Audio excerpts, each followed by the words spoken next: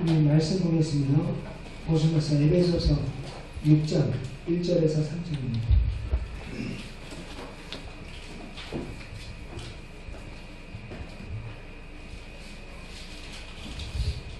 에베소서 6장 1절에서 3절.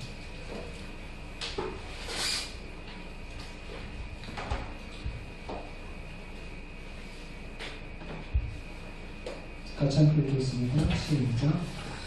자녀들아 주 안에서 너희 부모에게 순종하라. 이것이 우리가 내 아버지와 어머니를 공경하라. 이것이 약속 있는 첫 계명이니 이것으로 너희를 자유로 하면서 정수하리라. 아멘. 자리 앉아주시고.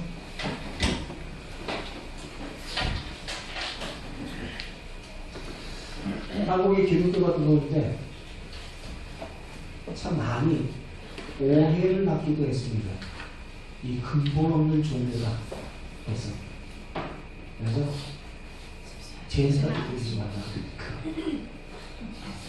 제사 드리는 거 우상숭배라. 그러니까 이 근본 없는 종교. 그래서 기독교가 많이 오해를 받았어요.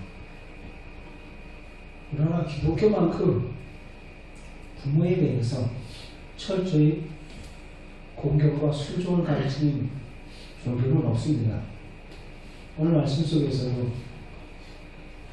우리가 그것을 잘 보여주고 있는데요.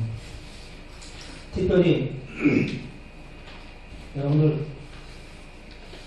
지금 우리나라가 지금 고령화 국가에 들어갔어요. 그냥 고령화도 아니고 초고령화 국가를 들어갔습니다. 최근에 우리 사회가 빠르게 고령화 사회를 접하고 있는데, 이 고령화 사회라는 것은 65세 이상의 되는 그 인구가 바로 대한민국 전체 인구의 7% 이상을 차지하는 사회를 고령화 사회다라고 이야기를 합니다. 그런데 지금 현재 2015년도 기준입니다. 7%가 아니라 15%예요. 그러니까 초고령화예요, 지금 현재. 그래서 이미 우리 사회 일각에서는 노인분들의 사회 보장 문제 그리고 사회 현안 문제로 많이 그런 부각이 되고 있는 것이 사실입니다. 그래서 신문 기사에서도 보면 종종 많은 기사들이 나오고 있는데, 여러분들 보면 우리나라에서 나온 기사들, 그간의 기사들 가운데 반찬 수정하는 자녀를 꾸짖었던 아버지가 자녀에게 20대 자녀에게 사면을 당했어요. 그리고 중풍 칠순 노모를 살해한 50대 자녀 영창에 들어가고, 치매 걸린 아버지 구타해서 살인하고, 그리고 고부 간의 갈등으로 인해서 고민하던 그 치매 80대 노모를 강경에 보내드리고, 5월 7일 날 중국에서 있었던 일이죠. 또 한번 기사 잠깐 보시면, 5월 7일 날 중국에서 그 산시성에 사는 그 마모씨라는 사람이, 58세 되는 마모씨라는 사람이 자기 어머니 79세 너무 반신불수 몸을 잘 못 쓰시니까 생리장을 했어요. 생리장을 했는데, 생리장을 그 어머니가 자꾸 안 보이니까 그 며느리가 신고를 해버린 거야. 신고를 했는데 나중에 발각이 된 겁니다.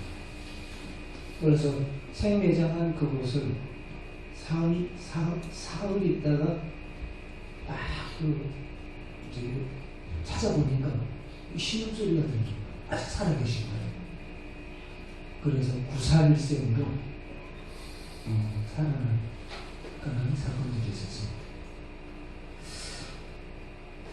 좀 이것을 보면서 참 이것은 일부 부효자들의 반인륜적인 행위에 행해진 것이 아니라 이런 노인학대 문제, 우리 삶의 장에서 보편적으로 또 광범위하게 지금 현재 벌어지고 있는 그런 일들입니다. 오늘 성경은 우리에게 뭐라고 말하고 있습니까? 오늘 성경은 자녀들아 주 안에서 너희 부모에게 순종하라, 이것이 옳으니라 말씀을 하고 있습니다. 네 아버지와 어머니를 공경하라, 이것이 약속에 있는 첫 계명이니 말씀을 하고 있습니다. 인간에게는 두 가지 관계가 있어요.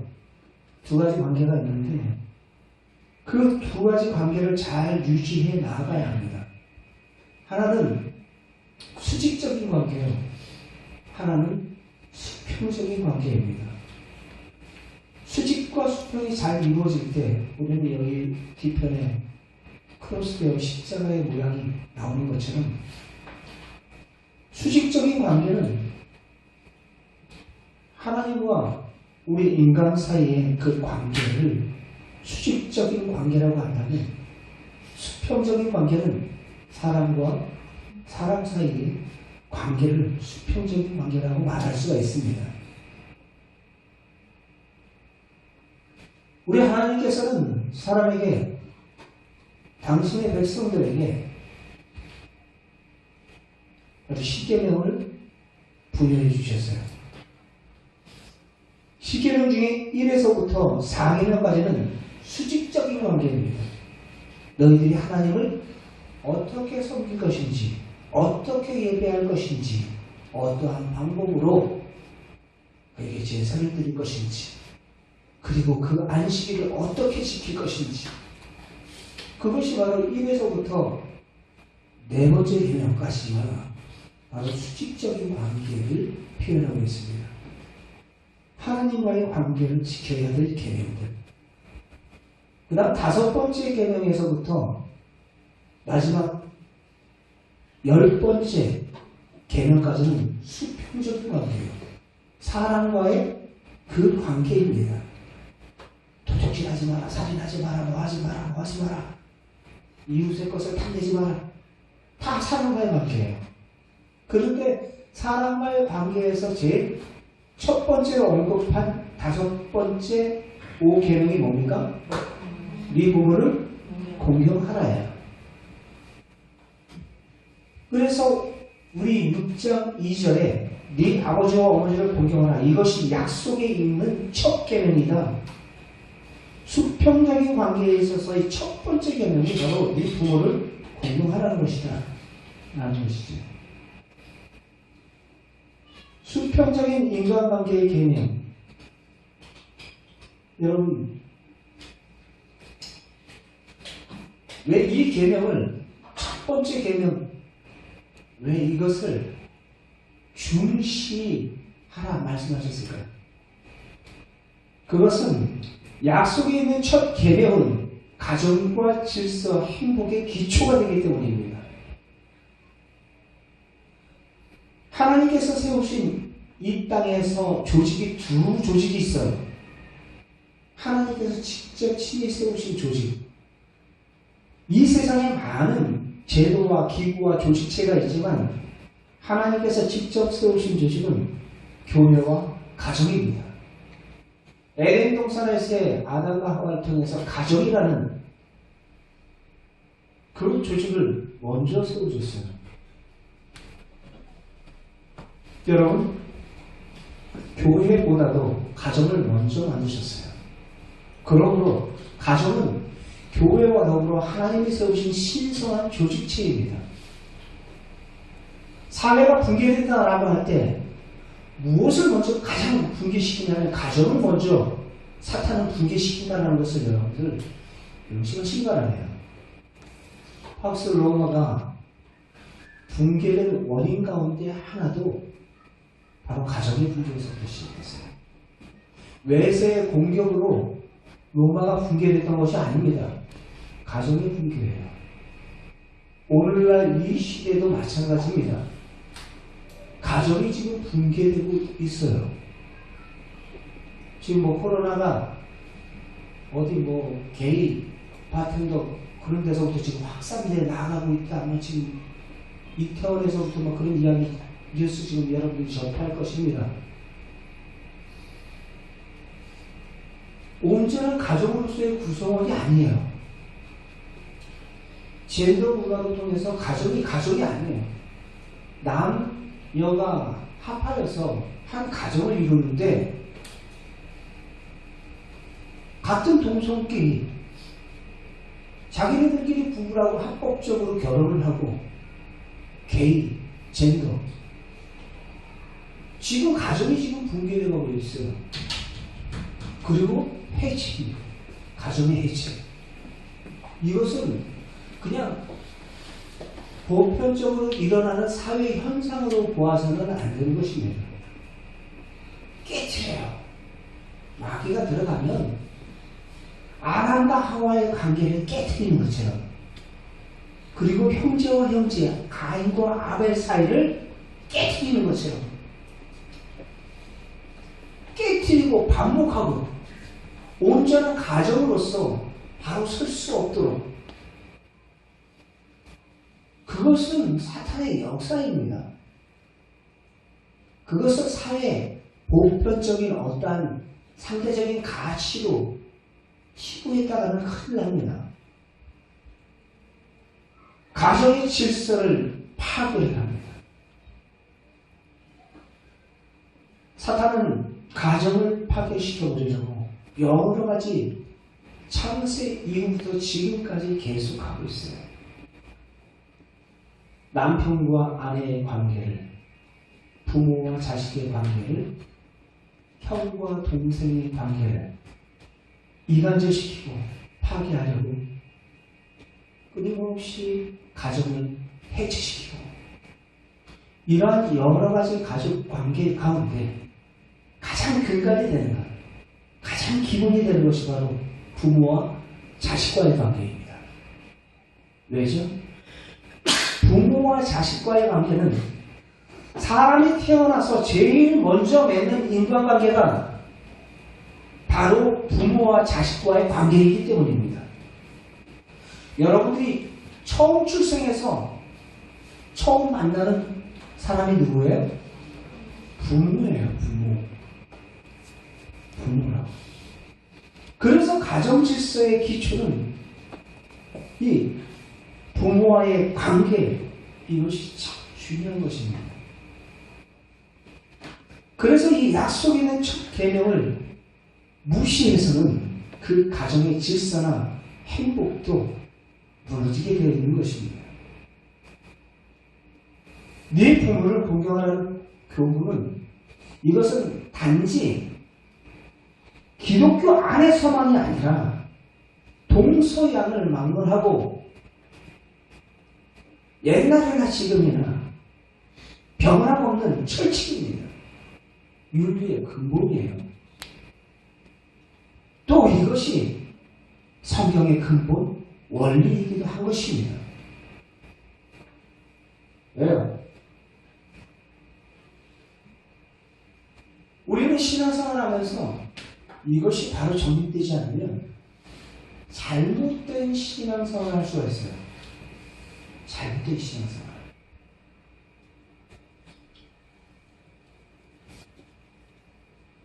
잘 신앙 좋다 하시는 권사님, 우리 권사님들 말고요. 어떤 권사님들 보면 신앙은 교회에서 그러시잖아. 그런데 집안에 가보면 고부간의 갈등이 왜 그렇게 심한지, 아예 안 믿는 사람보다 더 심할 정도로 완전히 보이는 바 우리 부모에게도 못하면서 보이지 않는 바 우리 하나님께 어떻게 살할 수 있느냐, 요한 1서에서 말하고 있어요. 보이는 부모님을 공경하지 못하는 사람이 보이지 않는 하나님을 어떻게 잘 섬길 수 있다 말할 수 있겠습니까? 사람을 속일 수 있어요.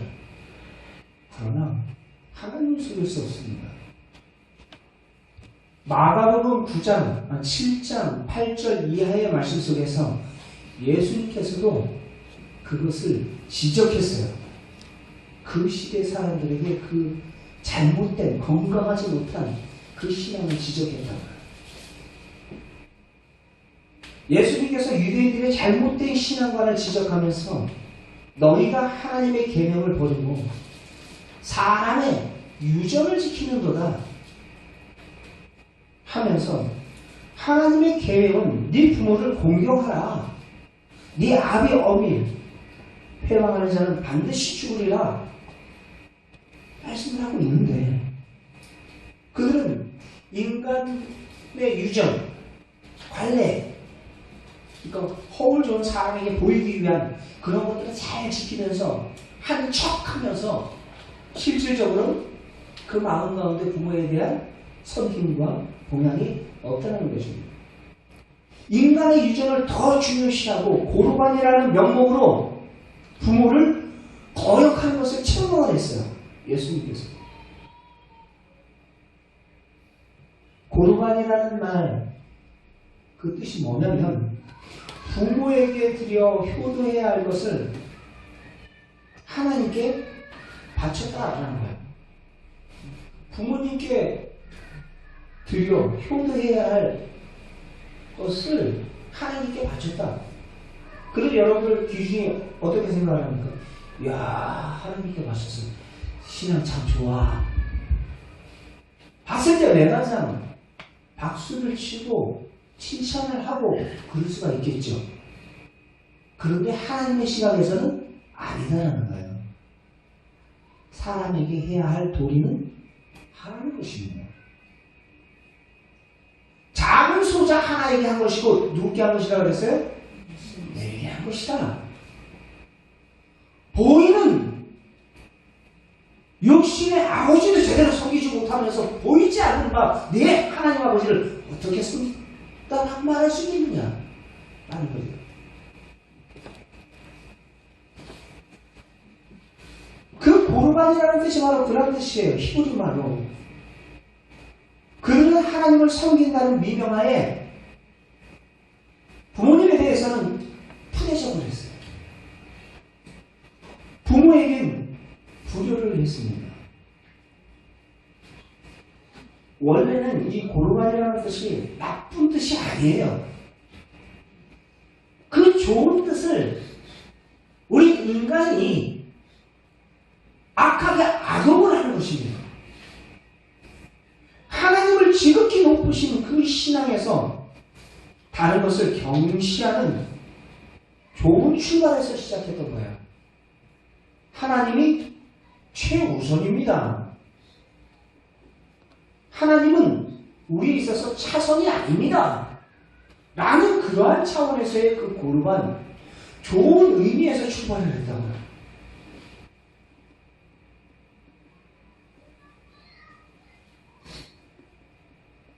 그런데 하나님의 이름을 빙자해서 결국은 누구를 드러내기 위해서요?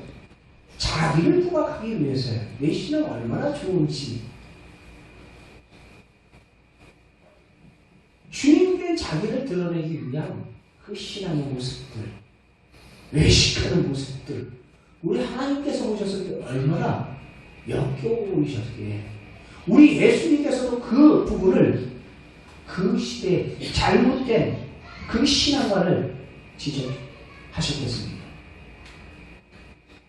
오히려 고르반이라는 제도를 악하게 이용하여서 부모의 부양을 거부하는 결과가 되어버렸던 것입니다. 이것은 하나님을 잘 섬기는 태도가 아닙니다. 하나님을 잘 섬기는 신앙을 가졌다고 하면서 자연히 부모를 잘 공경하는 사람이 잘 섬긴다면 잘 공경하는 것이 당연하다는 것입니다.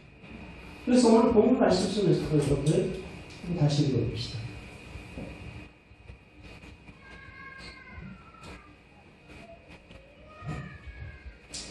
1절 시작. 자녀들아 주 안에서 너희 부모에게 순종하라. 이것이 옳으니라. 주 안에서 순종하라. 자녀들아 너희 부모를 주 안에서 순종하라. 부모를 어디에서 순종하라 그래요? 주 안에서 순종하라. 주님의 믿음 안에서 순종하라는 뜻입니다. 순종하라는 것은 그 권위에 굴복하라는 것입니다. 여러분, 그러므로 하나님을 공경하는 자가 부모를 잘 공경한다는 말은 부모에게 효도하는 자가 하나님을 잘 섬기게 된다는 의미입니다. 그건 당연한 말이에요. 당연한 말이에요.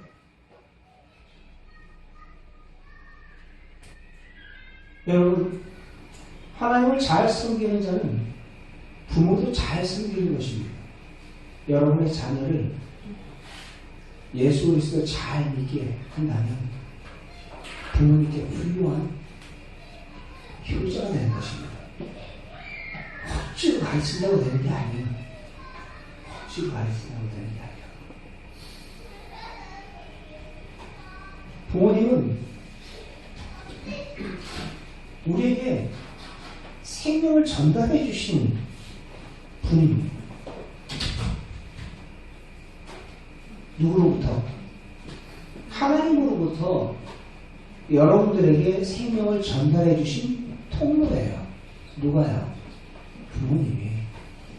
생명을 전달해 주신 분이기에 우리는 존경심과 감사하는 마음으로 효도해야 하는 것입니다.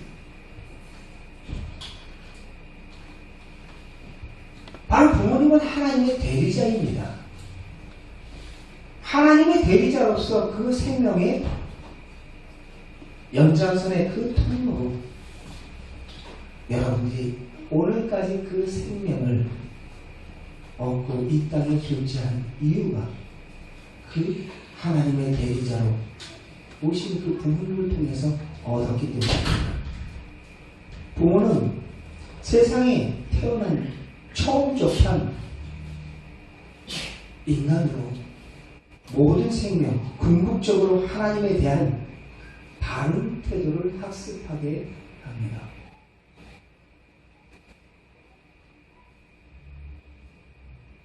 여러분, 다른 사람은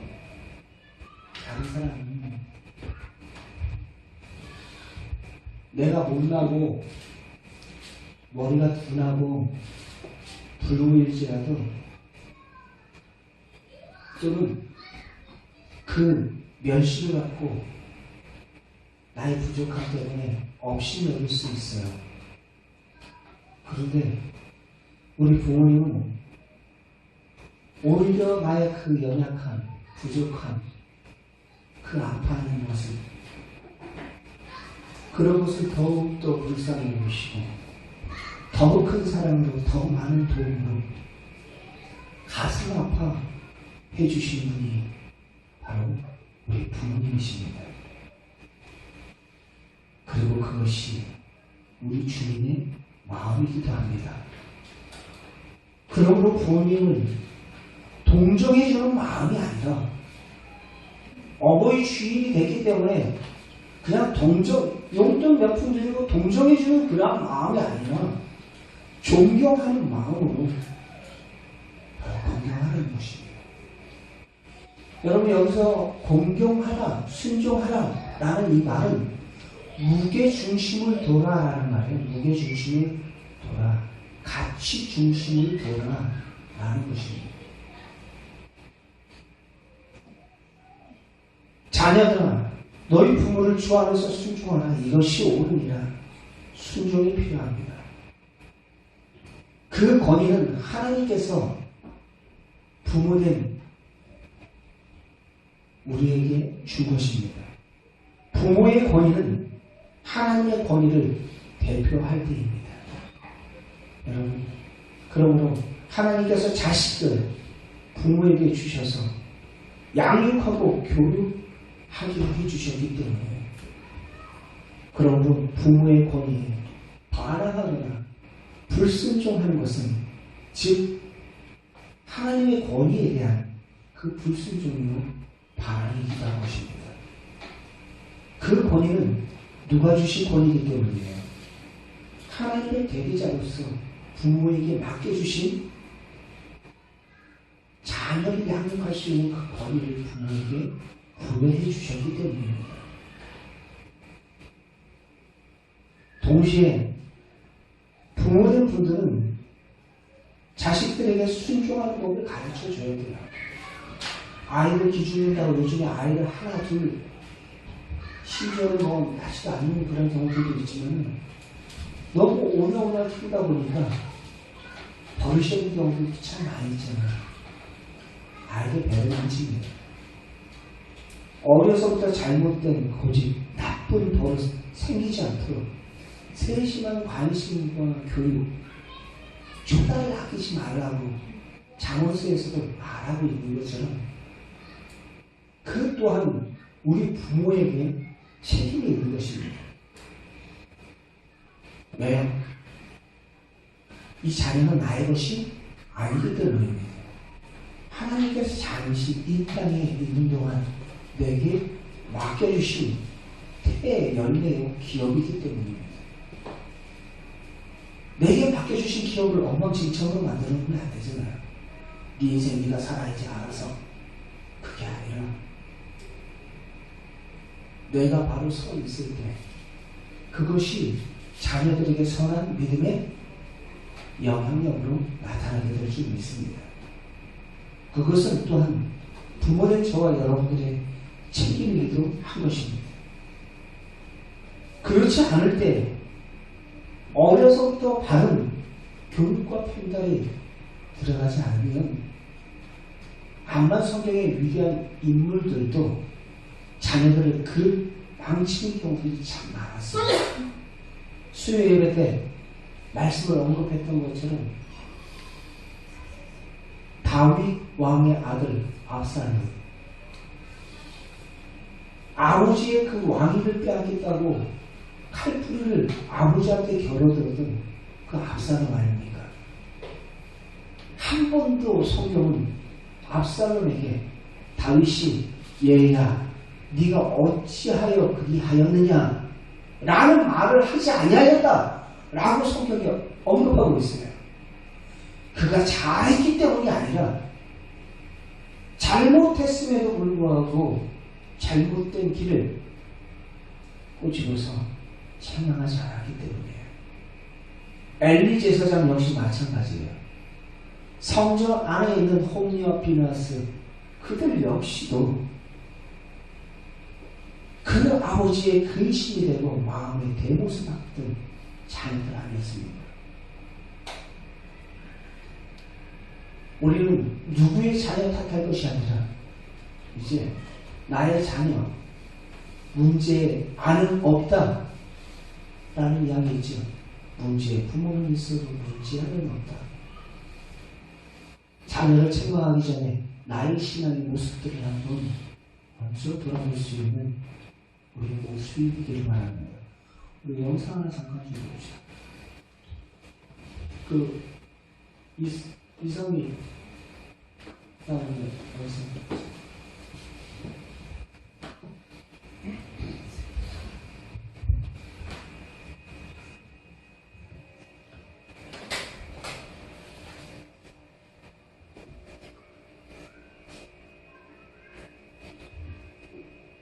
내가 예수를 잘 믿고 반듯하게 걸어가는 내 뒷모습을 보면 아이들은 따라온다고 생각하는 사람이거든요. 네. 그러니까 뭐 어떻게 가르쳐야 돼? 말로는 그렇게 하면서 실제로 행동을 안 하는 것 때문에 아이들이 어긋나가는 거 아닌가라는 생각을 좀 하는 편인데 네. 미니 씨는 어때요? 신앙생활 하는 거하고 아이들 키우는 거하고 이게 잘 매치가 되는 것 같아요? 이것도 작은 반증인데요. 네. 저희 집에서 믿음이 있는 사람이 저밖에 없어요. 근데 저는 조금 약간 좀 힘든데 저희 친정 언니가 믿었다가 자꾸 교회 가면서 전도로 가고 약간 좀 이런 상황이어서 예. 온전하게 믿는 게 나밖에 없다라고 생각을 해서 지금 목사님 말씀하신 것처럼 더 이게 좀 조심했어요. 식구들끼리인데도. 근데 이제 뭐 새벽기도 하고 그게 제가 뭐 보여주려고 하는 게 아니라 네. 그렇게 점검을 하지 않으면 저도 직성이 있어서 자꾸 옛날처럼 삐뚤어져 보려니까 아. 그래서 계속 이렇게 뭐 성교 다니고 네. 그렇게 뭐 이렇게 하니까 저희 엄마가 너 참 별나들입니다 이렇게 말씀하시더라고요. 그게 좀 약간 상처가 됐었어요. 근데 요번에 저희 딸이 믿지를 않는데 제가 한 7, 8년 동안 그 생활을 계속 보여주니까 요번 크리스마스 때 엄마 크리스마스 예배 같이 드리고 싶다고. 그래서 지금까지 계속 시간 맞춰서 저랑 둘이 손을 붙잡고 가는데 제가 기회를 내고 이제 엊그저께 얘기할 때는 지우야 엄마가 공부 잘하는 말은 안 할게 이렇게 교회만 같이 와줘 이렇게 너무 행복한 거예요. 이게 정말 집사님 말씀대로 보여주면 기다리고 보여주면 따라오게 돼 있다라는 게 확신을 받았어요. 더 열심히 있게 되고. 근데 교회만 따라와도 이 얘기 잘해야 돼. 왜냐면 내가 결혼할 때 하나님한테 하나님 우리 남편 교회만 다니는 사람이었으면 좋겠었는데 정말 교회만 다녀.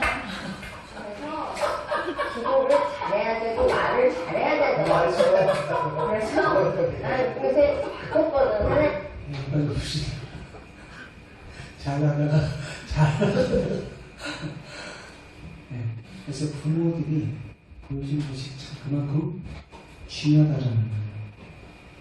100번 말하는 것보다 부모의 한 번의 그 모든 삶의 모습, 그 뒷모습을 보고 자녀들을 따라오게 되고 그 자녀들은 할 수밖에 없어요. 할 수밖에 없어요. 바로 믿음의 틀 위에서 있는 자녀들이 될 수밖에 없어요. 우리 초교에 좀 안타까운 그런 뉴스를 인터넷 뉴스를 잠깐 접했어요. 주목을. 가슴 뭉클한 영상을 좀 하나 더 보려고요. 그래서 올해 며칠 전에 있었던 그런 사건을 잠깐 여러분들 보시기 바랍니다. 앞에 빨간색 차량이 주차될 때마다 용돈과 간식을 띄워둔 80대 할머니 한 분이 있습니다. 자식 사랑에 이런 일을 하셨다고 하는데 어떤 사연인지 구정석 기자가 취재했습니다. 주차된 빨간 승합차 옆으로 할머니가 느릿느릿 다가옵니다. 2, 3분 정도 주변을 서성이더니 왔던 길로 다시 조용히 돌아갑니다. 차량 주인이 돌아왔을 때 손잡이에 꼬깃꼬깃 적은 5만원권 한 장이 꽂혀 있었습니다. 같은 장소에 주차할 때마다 돈이나 손잡이에 음식이 든 봉투가 걸려있는 것 이상하게 생각한 차량 주인은 경찰에 신고했습니다. 꼬시를 하는 것 같으면 차를 뭐 이렇게 부수고 간다든지 뭐 이렇게 할 건데 돈을 이렇게 꼽아놓은 걸 보니까 그런 거는 아닌 것 같고 해코지는 아니지만 좀 궁금하기도 하고 한편으로는 좀 묵습기도 하고 그래서 경찰이 확인해봤더니 돈을 두고 간 사람은 이 마을에 혼자 사는 86살의 할머니였습니다. 치매를 앓고 있던 할머니는 어려운 형편 탓에 제대로 공부를 시키지 못한 아들에 대한 미안한 마음에 아들의 차량과 같은 색의 승합차가 주차할 때마다 용돈을 넣었습니다.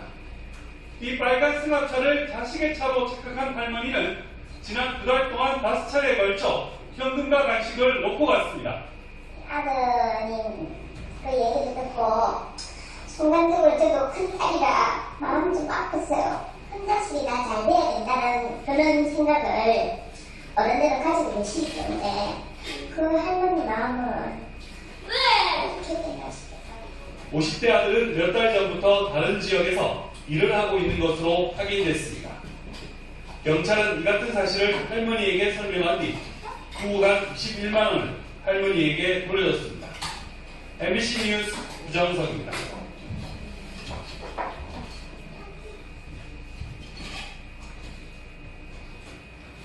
오늘 제목이 뭐죠? 네. 잊을 수 없는 사랑이에요. 부모님은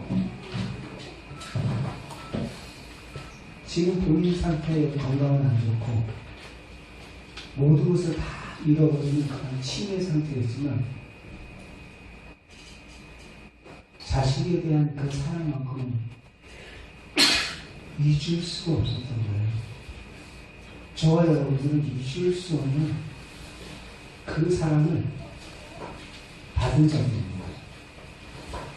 부모님에게 건강한 것은 당연하고 더 크게는 우리는 하나님으로부터 잊을 수 없는 그 큰 사랑, 예수 그리스도의 죽으시고 부활하심으로 우리는 큰 사랑을 받은 자는 잊지 마시기 바랍니다. 그 사랑을 받은 자로서 며느리로서 온전히 여러분들의 그 육신의 분원이 보이는 바 뒤 아비도 부모도 섬기지 못하면서 보이지 않는 바 뒤 하나님을 같이 섬길 수 있단 말인가. 요한일서 말씀이 온전히 기억하면서 믿는 크리스찬으로서 온전히 그 부모에 대한 그 사랑을 온전히 실천하며 우리의 삶 가운데 잊을 수 없는 그 사랑을 받은 자인 줄 알고 온전히 살아생전에 그 효를 다할 수 있는 저와 여러분 모두가 되기를 주의 이름으로 축원드립니다.